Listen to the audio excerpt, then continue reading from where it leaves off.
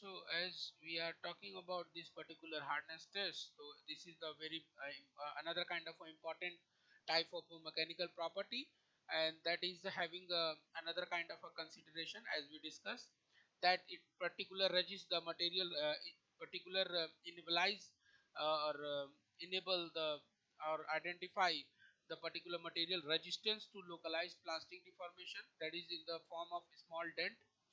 So that is how we find out the particular hardness of the on the material for examining the particular load, that particular load on certain areas, that is defining the particular hardness of the material, ki how hard that particular material is to resist the different kind of a load, a localized load which are particular considered at a particular point. And that is how this particular test is work. We discussed that the hardness test is typically performed by pressing a specially dimension and loaded object, that is called the indenter, into the surface of the material as we are in the testing. So the hardness is determined by the measuring that particular indenter depth of the penetration or by measuring the size of the impression left by the indenter. तो material के अंदर जब भी हम hardness को check करेंगे तो उसके लिए जो भी हमने एक लोड लगाने के लिए मटेरियल को चूज किया हुआ है, that is called the indenter, that is called the indenter. तो इस पर्टिकुलर हार्डनेस टेस्ट में हम उस मटेरियल से जो जिस मटेरियल को हम टेस्ट कर रहे हैं उससे हार्डर मटेरियल का हम इंडेंटर बनाते हैं और उस मटेरियल को उस सॉफ्टवेयर मटेरियल के अंदर इंडेंट कराते हैं। तो जब इंडेंट कराएंगे तो उसके अंदर कोई ना कोई एक तरह से इंडेंटेशन इंप्रेशन बनेगा या फिर हल्का सा छेद होगा या फिर किसी तरह का इंप्रेशन बनेगा। तो वो मटेरियल जितना भी उस पर्टिकुलर इंडेंटेशन को अपने अंदर दिखा पा रहा है या फिर बनवा बनवा पा रहा है, उस डेप्थ को हम मेजर करके एग्जामिन करते हैं कि मटेरियल कितना हार्ड है और कितना इंडेंटेशन को वो बियर कर सकता है। In that particular the selecting the best hardness test method, किस बिहाफ पे हम हार्डनेस टेस्ट मेथड को डिफाइन करेंगे, that the hardness test you choose should be determined by the microstructure, the homogeneity of the material that you are testing, as well as the type of the material, the size and the part of its condition. So किस तरह के material के ऊपर हमें basically इस hardness test को perform करना है, उसका सिलेक्शन करना बहुत ज़रूरी है। उसके माइक्रोस्ट्रक्चर्स के बनावट और होमोजेनिटी के बिहाफ पे और उसके साइज एंड शेप के हिसाब से हम मटेरियल को चूज करेंगे। लाइक अगर हम मटेरियल के टाइप के बारे में बात करें तो टाइप इन द सेंस कि अगर हम प्लास्टिक यूज कर रहे हैं तो उसके ऊपर अगर उससे हार्डर मटेरियल, अगर लोहे के मटेरियल को हम लोग इंडेंटर बना के यूज करेंगे तो ऑब्वियसली प्लास्टिक के ऊपर डेंट पड़ेगा। लेकिन अगर हम सिमिलर मटेरियल मेटल का ही इंडेंटर बना देंगे तो ऑब्वियसली वो उसके ऊपर इंडेंट नहीं कर पाएगा। तो इस तरह के टाइप्स ऑफ मटेरियल को हम सिलेक्शन करते हैं। Second part is that the thickness of the material. अगर हम किसी मटेरियल के ऊपर सपोज 150 किलो न्यूटन का लोड लगा रहे हैं, ठीक है, और उसकी रेजिस्टिंग पावर 200 किलो न्यूटन की है, तो भी उसके ऊपर वो पर्टिकुलर लोड काम नहीं करेगा। तो उसके लिए हम क्या करेंगे, लोड को बढ़ाएंगे। तो लोड को जब बढ़ाएंगे तो उसका जो पर्टिकुलर हार्डनेस टेस्ट का स्केलिंग है वो बढ़ जाएगा। तो जब स्केलिंग बढ़ेगा तो उसके ऊपर जो इंडेंटर हम यूज करेंगे उसको चेंज करना पड़ेगा। और जो इंडेंटर चेंज होगा इट मीन्स कि वो पर्टिकुलर 200 किलो न्यूटन का लोड या उससे ज्यादा का लोड लगाने लायक होगा। तो जब वो लोड लगाने लायक होगा इसका मतलब कि उस पर्टिकुलर मटेरियल का जो हार्डनेस है उस 200 किलो न्यूटन के हार्डनेस से ज्यादा है, तभी तो वो 200 किलो न्यूटन से रेजिस्टेंस पावर जो भी मटेरियल का है उससे कम के मटेरियल के ऊपर डेंट कर पाएगा। तो इस तरीके से हम पर्टिकुलर हार्डनेस टेस्ट को डिफाइन करते हैं। And there in that particular similarity there is lots of hardness test are defined that we will explain one by one each of this. And this particular, that is in the all hardness test, the material under the indent should be representative of the whole microstructure, and therefore the microstructure is very coarse and the heterogeneous, so you have to need a larger impression than the homogeneous material. ये heterogeneous और homogeneous की बातें हम लोग discuss करेंगे जब हम लोग फेज डायग्राम पढ़ेंगे, राइट। सो बेसिकली एक तरह से ये डिस्ट्रीब्यूशन है या फिर सॉल्डिफिकेशन, मैं जस्ट ब्रीफ कर देता हूँ व्हाट इज ऑल अबाउट। तो ये बेसिकली जब हम मटेरियल को, लिक्विड मटेरियल को जब सॉल्डिफाई करते हैं तो उसकी इंटीग्रिटी किस तरह से बन रही है, किस तरह से स्ट्रक्चर बनना शुरू हो रहा है, वो हेट्रोजीनियस और होमोजीनियस न्यूक्लिएशन से डिफाइन होता है. So there are the four main hardness tests, that is basically the Rockwell hardness test, Brinell hardness test, and your Knoop Wicker and superficial Rockwell hardness test. So these are the 4 and 5 types of hardness tests as they are categorized according to that. So we need to take an important consideration so regarding the hardness test method, that which kind of a material that is to be tested, whether the compliance of the standard is required or not required, the approximate hardness of the material is required, homogeneity, size part, and so on. So these are the particular another characteristics that we discussed. So now we are only focusing the particular types of a test, that is the called the Rockwell hardness test, Brinell hardness test, Wicker hardness, Knoop hardness, and case depth hardness. And one more, another one is the Rockwell superficial hardness test. That is basically a sub part of the Rockwell hardness test.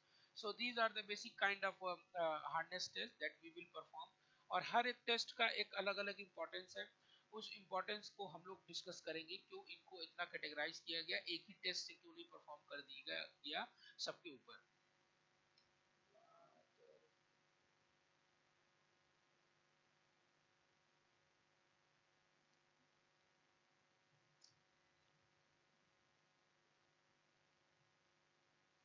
ये चीजों को हम लोग discuss कर रहे थे कि कभी भी अगर हम पर्टिकुलर हार्डनेस टेस्ट को परफॉर्म करने जा रहे हैं तो पर्टिकुलर मटेरियल के ऊपर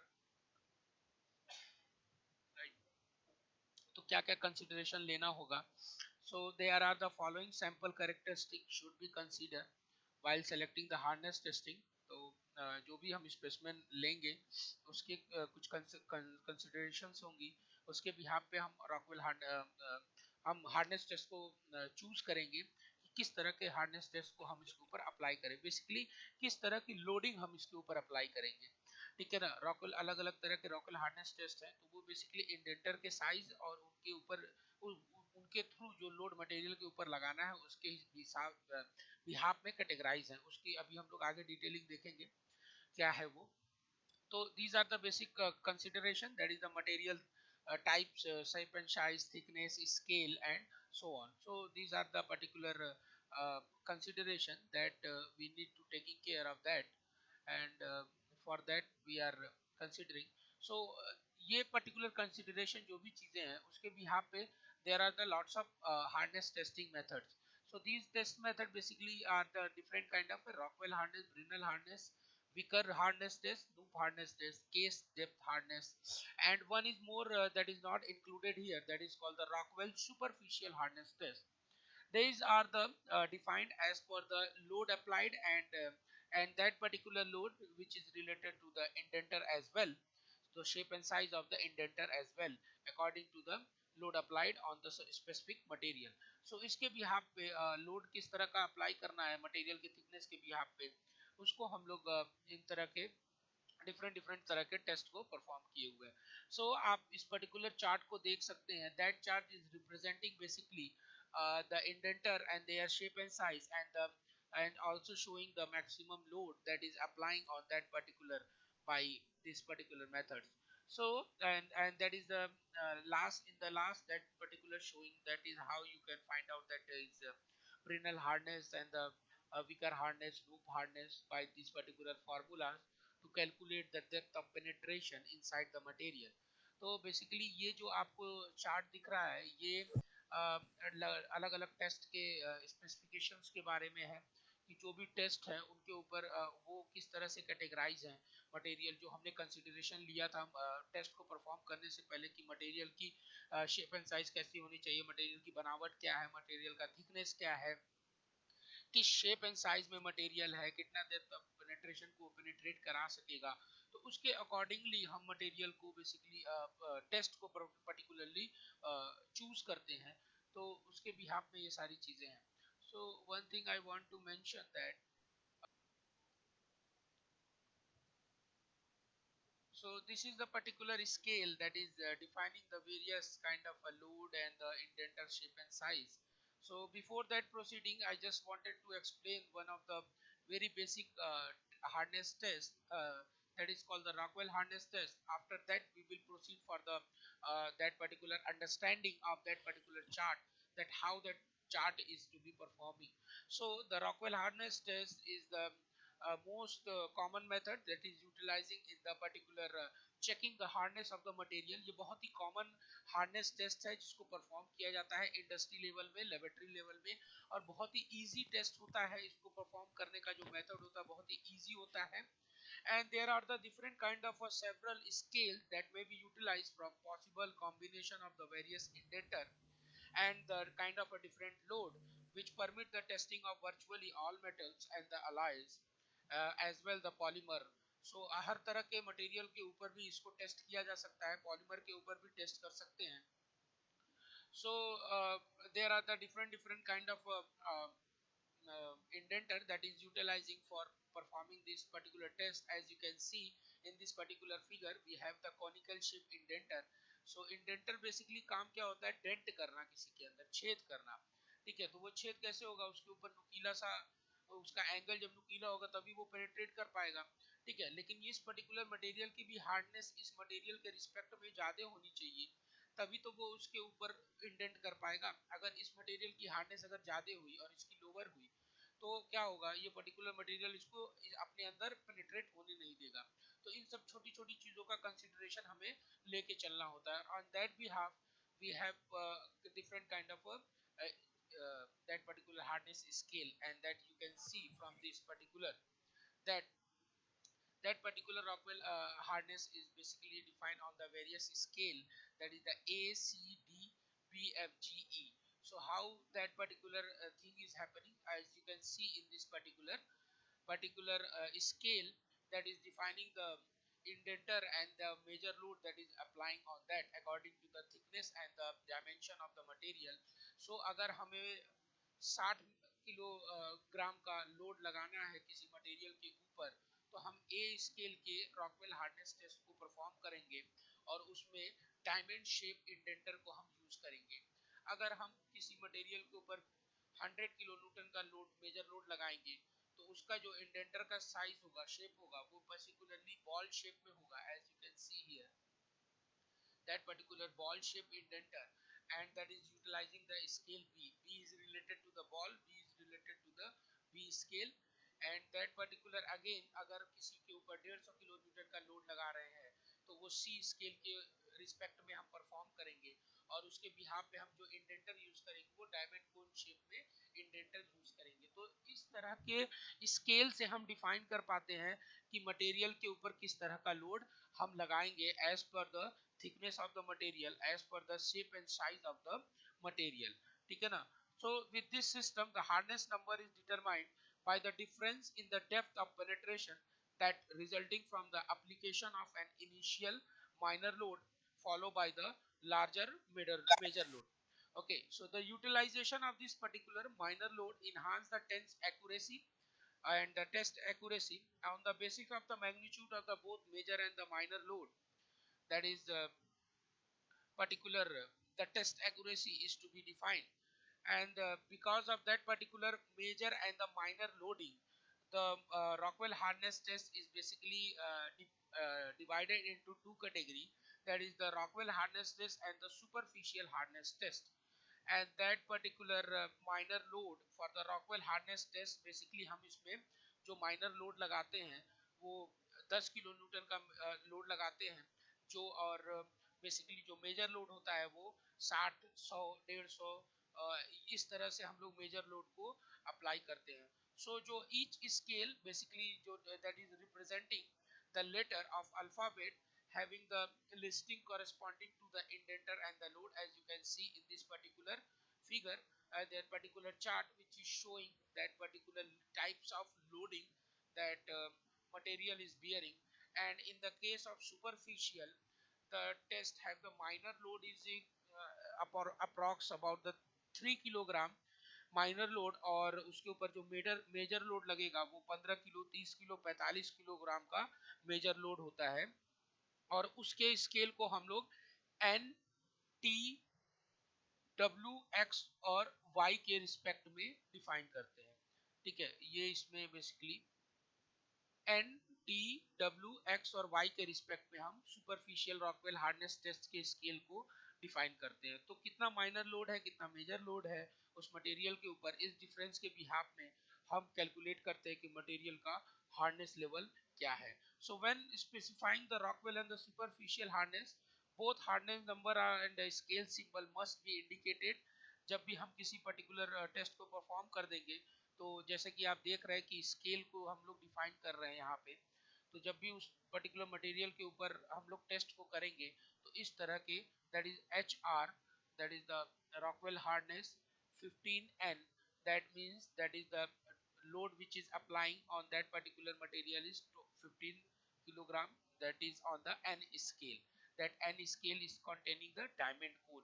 इससे हमें पता चल जाएगा कि इस मटेरियल के ऊपर हमने डायमंड कोल शेप के इंडेंटर से मैक्सिमम जो है 15 किलो न्यूटन का लोड लगाया, और जिससे हमें इसके इंडेंटेशन के बारे में पता चला। तो इस तरीके से हम मटेरियल के हार्डनेस को डिफाइन करते हैं। और वहीं अगर हम रॉकवेल हार्डनेस टेस्ट की बात कर रहे हैं, तो रॉकवेल हार्डनेस टेस्ट में बेसिकली अगर उसके स्केल की हम बात करेंगे, that scale is basically defining here and here as well. So उसमें क्या होगा कि जैसे कि दैट पर्टिकुलर इज, अगर हम एग्जांपल ले 80 किलोग्राम के लोड का या फिर 100 किलोग्राम के लोड का, that is representing on the B scale. तो बी स्केल पे हम लोगों ने बात किया था, यहाँ पे कहाँ पे गया, yes, that the particular basically that is the range, that if we are taking for the example H 80 HRB, that 80 HRB is following by the appropriate scale in the identification, and that is the showing the Rockwell hardness of the 80 on the B scale, and if we are considering 60 HR3W, that is indicating a superficial hardness of 60 on the 30W scale। तो इस तरीके से हम material के basically जो भी hardness test है उसको हम डिफाइन कर पाते हैं कि इस पर्टिकुलर मटेरियल के ऊपर इस तरह का लोड जो है वो अप्लाई हो रखा है। That particular if material is very thin in the nature, then what is happening, there is some kind of a chances for the inaccuracy in the test result। So और एक chances ये भी है कि अगर इंडेंटेशन बहुत ही क्या कहता है स्पेसिमेन के एज के ऊपर बहुत क्लोजली लिया गया है, तो भी मटेरियल जो है दैट द, और या फिर दो इंडेंटेशन एक दूसरे के बहुत ही पास हो गए हैं, तो उससे जो टेस्ट रिजल्ट है वो स्पेसिफिक नहीं बनेगा। So the specimen thickness should be at least 10 time the indentation depth, whereas allowances should be made for at least 3 indentation diameter between the center of the one indentation and the specimen edge, or to the center of the second indentation,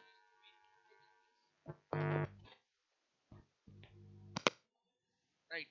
So these particular are related to the basically hardness test, and this is the particular scales by which we are selecting to perform the hardness test on the material, and these are the Mohs hardness scale according to the various minerals, and that mineral is defining the particular hardness, and on that the various kind of uh, equipments are made, as you can products are made. So that is the particular hardness of the material that is stabilizing, and this is the basic Rockwell hardness test on which the material is to be tested. As you can see from the bottom, that is the base, this is the hand wheel, this is the elevated screw, this is the anvil, and this one is the indenter, that is the microscope, that is the scaling where we can find out that how much load is applied on that. It is a lever by which applying the minor and the major load. From this is the hanger with the load by which we can apply the load on the particular material। तो basically हम करते क्या है, हमने एक work piece को यहाँ पे रख दिया सिंपली, और अब जो हम लोग बात करने जा रहे हैं, हम लोग एक टेस्ट स्पेसिमेन की प्रोसीजर को बात करने जा रहे हैं। सपोज हमें अभी हमने क्या कहता है सी स्केल पे हमें रॉकवेल हार्डनेस टेस्ट को परफॉर्म करना है, तो हम करेंगे क्या, हम एक डायमंड कोन शेप का इंडेंटर लेंगे और उसको इस पर्टिकुलर मशीन के अंदर फिट कर देंगे, that is having the major load capacity of 150 degree sorry 150 kilogram, right. So अब क्या करेंगे, इस पर्टिकुलर को हम लोग फिक्स कर दिए यहाँ पे और यहाँ पे वर्कपीस को रख दिया। अब जब वर्कपीस को हमने रख दिया, फिर उसके बाद क्या करेंगे, इस पर्टिकुलर स्क्रू या हैंड व्हील के थ्रू हम इसको रोटेट करेंगे। रोटेट करेंगे तो ये क्या करेगा, ये मूव करेगा ऊपर, और जब ये मूव करेगा ऊपर तो ये इसके टिप से टच कर जाएगा। जब ये टिप से टच करेगा तो पर्टिकुलरली क्या होगा कि यहाँ पे जो ये माइक्रोस्कोप दिखा रहा है, ये बोल रहा है, ये जो पर्टिकुलर स्केल है एक तरह से एक डायल गेज होता है, डायल इंडिकेटर होता है, जिसके ऊपर तरह तरह की स्केलिंग बनी होती है, ठीक है। जब वो टच करेगा मटेरियल को तो वो क्या करेगा, सुई जो है दैट इज काइंड ऑफ, जब टच करेगा तो हम उसी समय अगर रॉकवेल मानते हैं कि हमने मेजर लोड माइनर लोड जो है वो 10 किलो का हमने लगा दिया, तो जब वो टच करेगा तो वो जो यहाँ पे पर्टिकुलर क्या कहते हैं, जो नीडल होगा, वो नीडल अपने आप वो किसी लोकेशन पे मूव कर जाएगा, ठीक है। That means we touch that particular minor load of 10 kilogram, ठीक है। जब ये पर्टिकुलर 10 किलोग्राम का हम लोग लोड यहाँ पे अप्लाई कर देंगे, अब क्या करेंगे, इसको पर्टिकुलरली यहाँ पे जो पर्टिकुलर मूवमेंट होगा वो नीडल का, उस नीडल के मूवमेंट को फिर से हम लोग ले जाके जीरो पे सेट कर देंगे, राइट, ठीक है। कि हमें पहले पता चल जाएगा कि हमने इस एक्यूरेसी को बेसिकली डिफाइन करने के लिए हम लोग डिफाइन करते हैं, फिर हम क्या करेंगे, इसको जीरो पे फिर से ले जाके सेट कर लेंगे, अगर हम सी स्केल पे चेक कर रहे हैं या बी स्केल पे चेक कर रहे हैं, ठीक है। तो वहां पे बना रहेगा कि सी स्केल की जो रीडिंग है वो किस पे लेनी है, तो आप क्या करोगे, डायल गेज को घुमा दोगे, तो जो जो पर्टिकुलर वो उसका नीडल है वो वहां पे पहुंच जाएगा जीरो पे, और उसके बाद जब वो जीरो पे सेट हो जाएगा, फिर हम मान लेंगे कि हमने 10 किलो न्यूटन का माइनर लोड लगा लिया। अब क्या करेंगे, हम लोग पर्टिकुलरली के ऊपर 150 किलो न्यूटन का इस लीवर के थ्रू इस लीवर को ड्रॉप करेंगे, तो यहाँ से ये लोड जो है हैंग करेगा, और यहाँ पे एक स्प्रिंग लगी होती है, वो क्या करता है, इसको ड्रॉप करता है। तो 150 किलो न्यूटन का लोड जो है यहाँ से होते हुए जब इस लीवर को हम ड्रॉप करते हैं, तो ये पर्टिकुलरली इस लोड को पुश करता है, और ये पुश होते हुए स्प्रिंग के थ्रू ये इंडेंटर यहाँ इस मटेरियल के अंदर धंस जाता है, राइट।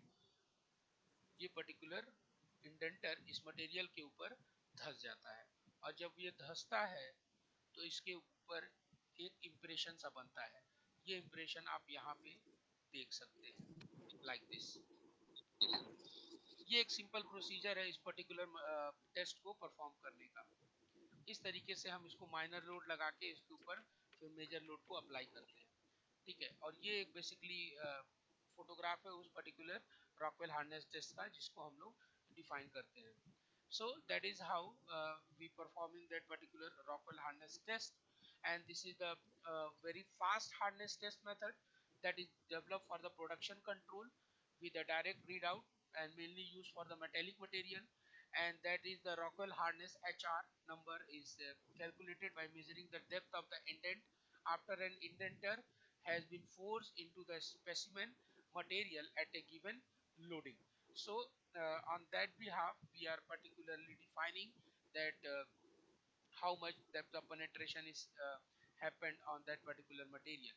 So इसके behalf पे हम लोग इसको define करते हैं, ठीक है। तो जब हम लोग particular material के ऊपर load लगा देते हैं, तो जो डायल गेज के ऊपर इंडिकेशन होता है वो स्केल बताता है कि कितना लोड पर्टिकुलर वो मटेरियल के ऊपर लगा है, ठीक है। वहां से उस रीडिंग को हम लोग नोट डाउन करते हैं, और रीडिंग को नोट डाउन करने के बाद मटेरियल को हम लोग रिलीज कर देते हैं, ठीक है। यहाँ से क्या करते हैं, लोड को हम लोग रिलीज कर देते हैं। जब लोड को रिलीज कर देंगे तो यहाँ फ्री हो जाएगा, और ये जो इंडेंटर है वो अपने पोजीशन पे फिर से पहुंच जाएगा। फिर हम इस व्हील को हम लोग घुमाएंगे, ये नीचे आता है, और इस पर्टिकुलर पीस को हम लोग यहाँ पे साइड में ले आएंगे, और यहाँ पे जो भी इंडेंट हुआ रहेगा उस मटेरियल के ऊपर, with the help of vernier caliper हम उसके डेप्थ को नापेंगे, और इसके डायल गेज के इंडिकेशन से उसको हम स्केलिंग मेजर करेंगे कि कितना depth of penetration basically material के ऊपर हम लोग लगाए, राइट।